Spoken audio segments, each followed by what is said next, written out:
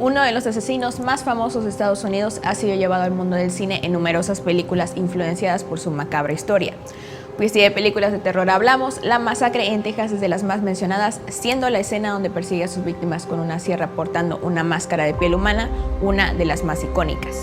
Pero hay una historia detrás de las películas como Psicosis, El silencio de los inocentes o Motel Infierno que sobrepasó la ficción. Un criminal especializado en robar tumbas en la ciudad de Wisconsin conservaba los cadáveres para hacer todo con ellos, incluso trajes enteros de piel humana. Mi nombre es Paola Cervera y este es el caso de Ed Gein, el carnicero de Plainfield.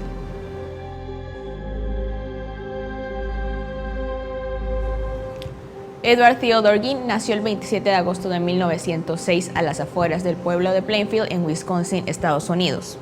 Era hijo de George Gein y Augusta Lerk, quienes le dieron una infancia difícil ya que su padre George era una persona poco afectiva con su familia, además de tener graves problemas de alcoholismo. Por otra parte, su madre Augusta poseía fuertes ideales religiosos que la llevaron a despreciar a los hombres y considerar a las mujeres como la fuente misma del pecado. Esto ocasionó que Ed y su hermano Henry tuvieran una crianza sumamente estricta en la que se les disciplinaba constantemente, formando en ellos un carácter antisocial.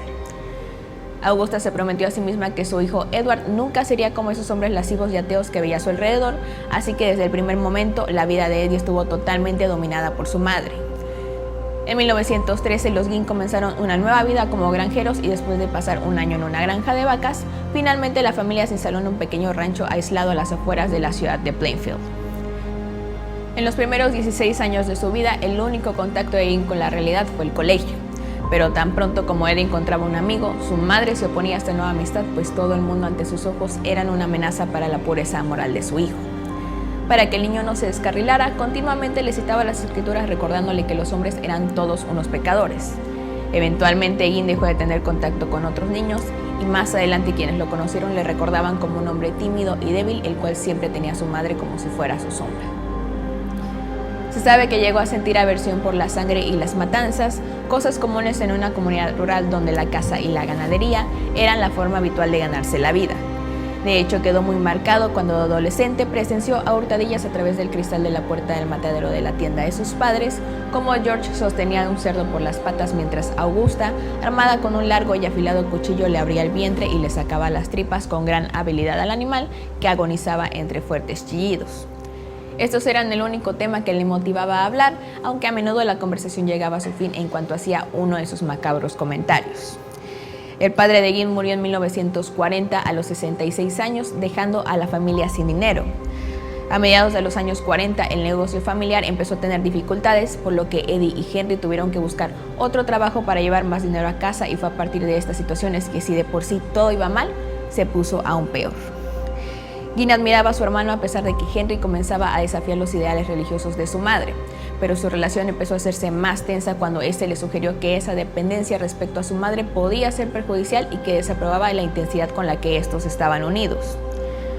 En la primavera de 1944, Henry murió en extrañas circunstancias. Se dice que él y Eddie habían estado intentando apagar un fuego cerca de su granja cuando se separaron. Sin embargo, Ed supo conducir a un grupo de hombres exactamente al lugar donde su hermano yacía muerto. Aunque tenía un golpe en la cabeza, se certificó la muerte por asfixia, pero esto no convenció a los testigos y lugareños. Poco después de esta dolorosa tragedia, Augusta sufrió un ataque al corazón, dejándola en cama durante 12 meses, los cuales Eddie la cuidó con amor intentando que se restableciese, pero pocas semanas después, en diciembre de 1945, murió dejando completamente solo a su hijo. Con el paso de los días, Gein acordonó las áreas de la casa que su madre había utilizado con más frecuencia, preservándolas como una especie de santuario. Se dio cuenta de que no sabía hacer nada sin su madre y además no tenía con quién comunicarse, pues la fuerza represiva había desaparecido. Con 39 años, Gein estaba solo en un mundo que apenas conocía y durante 5 años se refugió en otro de estos donde la frialdad, la violencia y la represión que había sufrido en su infancia se retorcían de forma atroz en su mente. En soledad, el granjero desarrolló un interés enfermizo por la anatomía humana y especialmente por la femenina. Su curiosidad por el sexo, por los cuerpos humanos y por el enigma de la vida y la muerte, los cuales se unieron, lograron que Gein tuviera el valor de darse varios paseos por el cementerio local, comenzando a profanar tumbas y robaba los cadáveres de mujeres de mediana edad, luego de hacer una exhaustiva investigación en las notas del periódico local. En 1954, en la ciudad de Plainfield, entre un conjunto de tiendas y casas de madera, había un bar donde mayormente hombres se reunían a beber llamado la Taberna de Hogan. La propietaria, Mary Hogan, era una mujer de mediana edad y divorciada 2 veces, que resultaba un personaje con un pasado más que dudoso. Algunos decían que estaba relacionada con la mafia, otros que había sido una conocida madame en Chicago y que el dinero que ganó de esa forma había comprado el negocio. Fuese cierto o no, Mary Hogan producía un gran impacto entre los granjeros del lugar, gente muy religiosa y personas conservadoras, mientras que los hombres se sentían atraídos por el ambiente local y entre las mujeres existía un rechazo total. En la tarde del 8 de diciembre de 1954, durante un frío día de invierno, un granjero del lugar llamado Seymour Lester entró a la taberna por un trago, pero aunque estaba abierta e iluminada, no había nadie. Empezó a sospechar algo raro al ver que, a pesar de sus llamadas, nadie salía a atenderle, y fue entonces cuando vio una gran mancha de sangre en la puerta que daba a la habitación trasera. Sospechando que algo raro pasaba, salió corriendo a pedir ayuda, así que al llegar la policía, comprobaron que el lugar estaba vacío y encontraron el coche de Mary Hogan estacionado detrás de la casa en su sitio habitual. Había un gran reguero de sangre que ya seca cubría las tablas de madera del suelo. Parecía que algo había sido arrastrado por ahí, y junto a esto había un cartucho de calibre 22. Siguiendo el rastro de sangre a través de la puerta trasera, llegaron a la zona del estacionamiento de los clientes, donde el sheriff vio unas huellas recientes de un auto que reconoció como las de una camioneta de reparto. Era evidente, alguien, seguramente Mary Hogan, había sido asesinada y el cuerpo había sido arrastrado hasta un coche que esperaba afuera. No había ninguna señal de lucha y no parecía haber algún motivo para tal crimen, pero algo era claro: Mary Hogan había desaparecido. Las noticias sobre este misterio se propagaron con rapidez, y a medida que pasaban las semanas sin que las autoridades encontraran algo nuevo, el paradero de Mary Hogan seguía siendo un misterio. 3 años después de este acontecimiento, comenzaba la caza anual de ciervos en Wisconsin, y Ed Gein iba de cacería por su cuenta. Su presa no era precisamente un ciervo. La víctima era una ciudadana de Plainfield. Al igual que Mary Hogan, Bernice Worden era una mujer de negocios muy competente, respetable y de constitución fuerte, de unos 50 años. A diferencia de la propietaria del bar, era una devota metodista que disfrutaba de una reputación intachable entre los ciudadanos de Plainfield. Bernice se había encargado como única propietaria de la ferretería de los Worden tras la muerte de su marido en 1931. En los años siguientes, ayudada por su hijo Frank, lo convirtió en un negocio próspero al que todos los granjeros de la zona acudían a comprar lo necesario para la maquinaria agrícola. La mañana del sábado 16 de noviembre de 1957, como todos los días, abrió la tienda. Era el primer día de la temporada de caza de ciervo de Wisconsin, y la mayoría de los hombres de Plainfield, incluyendo a su hijo Frank, habían salido ya hacia los bosques de los alrededores. El resto de la ciudad estaba desierto y la mayoría de las tiendas cerradas, pero Bernice Worden había decidido abrir la suya pensando que podía llegar gente a comprar provisiones. Poco después de las 8:30 de la mañana, Ed Gein hizo su aparición en la ferretería llevando una jarra de vidrio vacía. Como todos los ciudadanos de Plainfield, Bernice le tenía por tonto, pero últimamente le había estado molestando preguntándole sobre los más insignificantes detalles y sin comprar nada. La noche anterior había estado en la tienda para preguntarle el precio de un anticongelante. Luego se quedó ahí parado durante algunos segundos, sonriendo, perdido en su mente, antes de desaparecer en la oscuridad.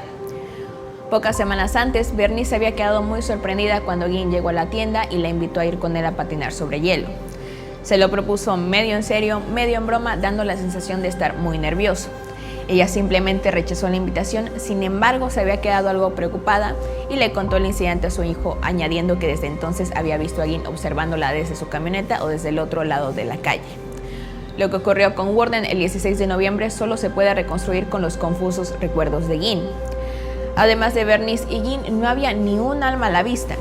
Parece ser que la señora Worden le llenó la jarra con anticongelante, volvió al mostrador y le hizo la factura.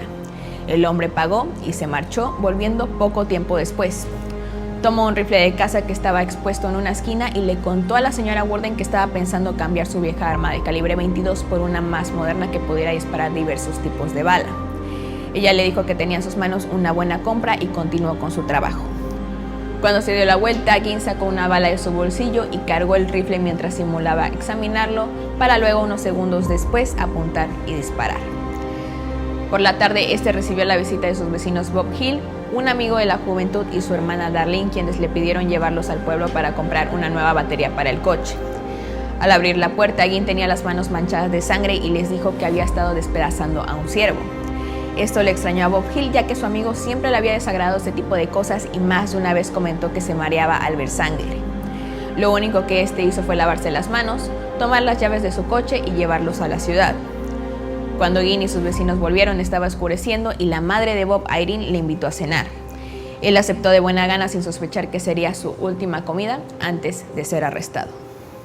Poco antes, al atardecer, Frank, el hijo de Bernice Worden, se pasó por la gasolinera de Plainfield, cercana al negocio familiar, después de un fallido día de caza.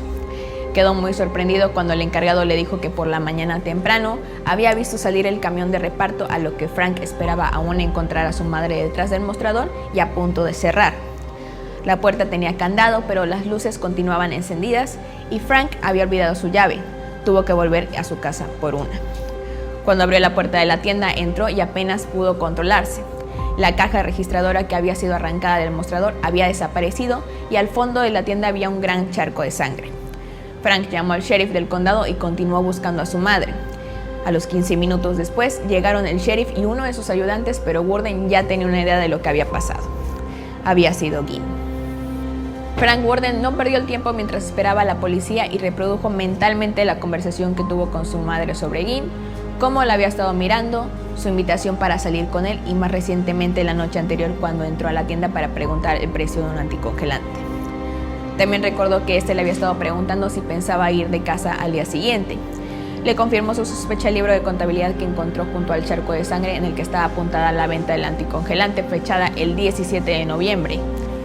El comprador había sido Ed Gein y el sheriff avisó por radio para que le detuvieran y le interrogaran. Gein, mientras tanto, estaba acabando de cenar con los Hill cuando un vecino irrumpió en la casa con las noticias de la desaparición de Bernice Worden. Bob le sugirió que debían ir a la ciudad para ver qué pasaba y aceptando Gein de buena gana, los dos hombres salieron al patio cubierto de nieve para subirse al coche y justo en ese momento, un oficial de policía y su ayudante llegaban a la casa de los Hill para detener a Gein.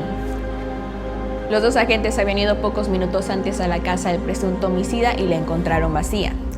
Como todos en el pueblo se conocían, sabían que Bob era uno de los pocos amigos de Ed y pensaron que lo más lógico era buscarle en la tienda de los Hill. Al llegar le ordenaron que bajara del automóvil y lo escoltaron hasta el coche patrulla para ser interrogado.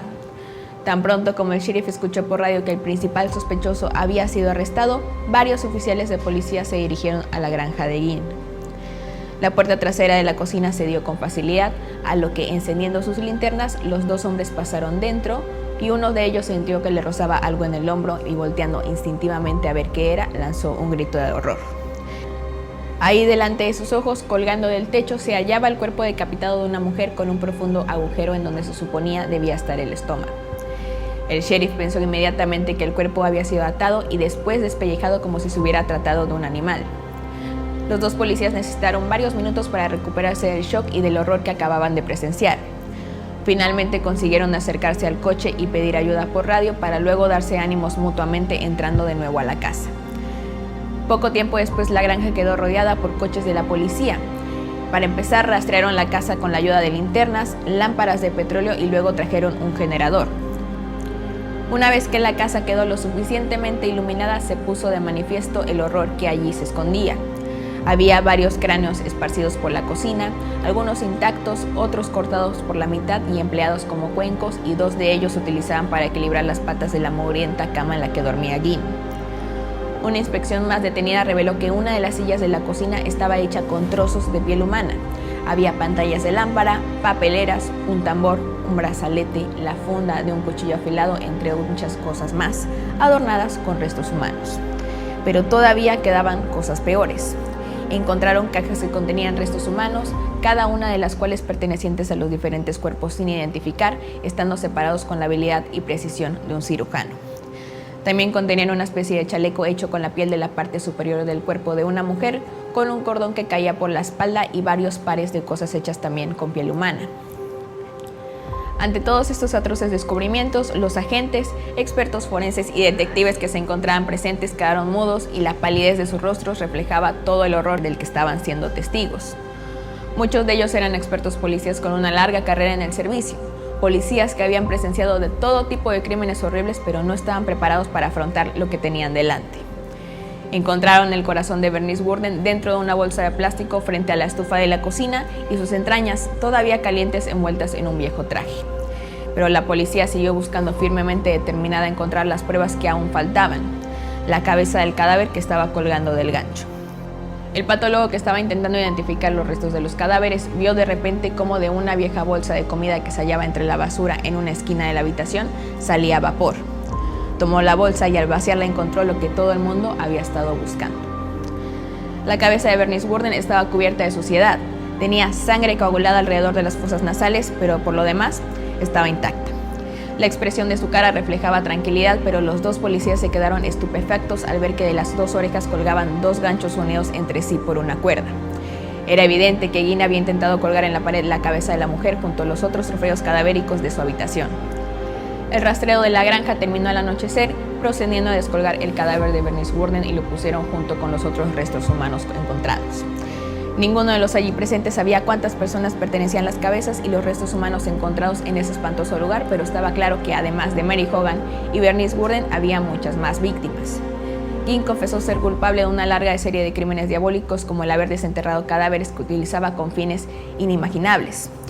Bajo la nieve, en el cementerio de Plainfield, la policía pudo constatar que las tumbas habían sido profanadas. Sin la presencia de un abogado, Ginn fue interrogado casi ininterrumpidamente durante 12 horas seguidas, pero permaneció en silencio. Mientras tanto, el informe de la autopsia inicial realizada a Bernice Burden confirmaba que ésta había muerto como resultado de un disparo de la bala de calibre 22. A la mañana siguiente, el lunes 18 de noviembre, Ginn rompió su silencio. Declaró que había matado a la señora Burden y después de cargar el cadáver en una camioneta lo había llevado a un bosque cercano. Dejó ahí el automóvil, volvió a la ciudad por su coche y luego regresado al bosque, donde metió el cadáver en el auto y se dirigió a la granja. Allí la ató y la descuartizó. Enseguida los reporteros acumularon todo tipo de detalles espeluznantes sobre el caso y los mandaron a los periódicos, haciendo llegar la noticia hasta Chicago. Al mismo tiempo, la prensa presionaba a las autoridades para obtener más información sobre el crimen que tenía conmocionado a toda América, y aunque se les autorizó para tomar algunas fotografías en el interior de la casa, todos los cadáveres y objetos más curiosos ya habían sido retirados de la escena. Una de las fotos más difundidas fue la de Bob Hill, el amigo de Ed Gein, entrando en una de las habitaciones de la granja con el rostro congelado del espanto. Y es que aquel hombre con el que había estado cenando horas antes era un enfermo asesino que vivía en condiciones inhumanas. Mientras tanto, interrogaban a Ginn con escaso éxito, ya que declaró que no podía recordar nada sobre el asesinato de Bernice Burden porque en ese momento estaba aturdido y que tal vez había sido un accidente. Luego se le pidió que hiciera una lista completa de todos los cráneos, trozos de piel y otros restos humanos encontrados en su granja. Sin embargo, el acusado respondió que solo recordaba haber matado a Bernice Burden, y ante el asombro de todos los detectives comentó que los otros cadáveres los había sacado del cementerio. El lunes por la tarde, Ed Gein compareció en el juzgado bajo la acusación de robo a mano armada de la caja registradora de la tienda de Burden. La oficina del fiscal de distrito quería posponer los cargos por asesinato hasta que las pruebas forenses finalizaran y el prisionero fuera sometido a un detector de mentiras. Después lo condujeron hasta su granja, donde señaló a la policía y a un grupo de periodistas que los acompañaban el lugar en donde estaba enterrada la sangre de Bernice Burden. Ginn también fue interrogado por los sheriffs del condado vecino de Portage acerca de Mary Hogan, pues ya sabían que se habían encontrado su cabeza en la granja. Durante el interrogatorio, el acusado se mostró confundido. Otras veces callaba, pero finalmente negó conocerla, aunque admitió haber ido a su bar una o dos veces. Aunque ahora conocían la verdad, la imaginación se disparó y toda una serie de historias espeluznantes hizo su aparición en las portadas de los periódicos de todo el país. Algunos sugerían que había por lo menos 50 cadáveres enterrados a los alrededores de la granja de Ginn. Otros decían que proporcionaba carne humana a sus confiados vecinos, y la mayoría relacionó su nombre con otras desapariciones ocurridas en el estado de Wisconsin durante los últimos 10 años. Durante todo el interrogatorio, Ginn se mostró tranquilo y dispuesto a cooperar. Describió sus acciones sin aparente remordimiento y solo se puso nervioso cuando se le volvió a interrogar sobre las muertes de Mary Hogan y Bernice Burden. Tras los terribles acontecimientos ocurridos en Plainfield, Ginn fue enviado a un hospital para enfermos mentales. Cuando se celebró el juicio 10 años más tarde, Ginn fue confinado de por vida a un manicomio y en beneficio suyo y de la sociedad.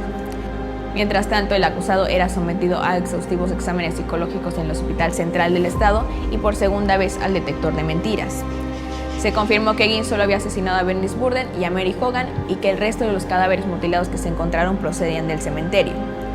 Finalmente admitió haber robado 9 cadáveres, todos ellos de mujeres de mediana edad, y una vez más describió con calma lo que había hecho con ellos. A menudo se paseaba por la granja vestido con las ropas hechas con piel humana, logrando enmudecer a los que lo interrogaban. Sin embargo, no comprendía qué tenía de malo mutilar cuerpos sin vida y parecía estar muy orgulloso de los acontecimientos anatómicos adquiridos con estas actividades. Descubrieron también que su desarrollo sexual y emocional se había producido muy tardíamente por culpa de la represión ejercida por su madre y que se creó un mundo de extrañas fantasías en el que sus sentimientos con respecto a las mujeres se confundían con el dolor que sentía por la muerte de su madre y el temor a transgredir su propio y peculiar código moral. Según Ginn, Bernice Worden y Mary Hogan no eran buenas mujeres. No llegó a decir que merecían la muerte, pero sí que estaban destinadas a morir de forma violenta y que él no era más que el instrumento para realizarlo. En su nuevo hogar, Ginn mejoró y fue un prisionero modelo. Se llevaba bien con sus guardianes y, a diferencia de los otros internos, nunca necesitó sedantes. También demostró tener gran habilidad en los trabajos de artesanía de la prisión y con el pequeño salario que se tenía compró una radio de onda corta, convirtiéndose en una especie de radioaficionado. En enero de 1968, el juez del distrito recibió una carta de las autoridades del hospital en las que decían que, en su opinión, Ginn estaba ahora capacitado para asistir al juicio. A pesar de que el juez pensó que dicho juicio sería una pérdida de tiempo y dinero, sentía que su deber era responder las garantías de la fiscalía que había dado a los habitantes de Plainfield, por tanto autorizó los procedimientos necesarios para seguir adelante. Después de un juicio que duró una larga semana, Ginn fue encontrado culpable de asesinato, pero se adjudicó a su locura y se le volvió a internar. Pasó el resto de sus días en una institución psiquiátrica hasta su muerte en el verano de 1984 por insuficiencia respiratoria, y su cuerpo fue enterrado al lado del de su madre.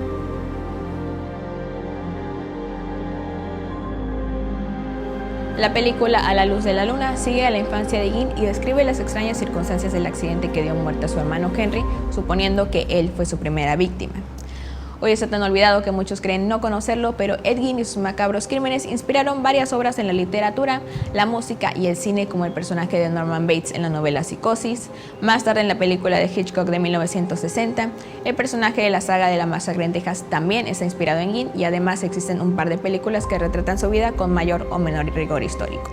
Muchos psicópatas no lo son, no solo por características inherentes que los moldean de esa forma, sino mucho más importante por haber recibido una educación de sus progenitores que los han alejado de toda actividad prosocial y los han abocado hacia una socialización desviada, volviéndolos incapaces de asumir responsabilidades y o adaptarse a las reglas y expectativas de la sociedad en la que viven.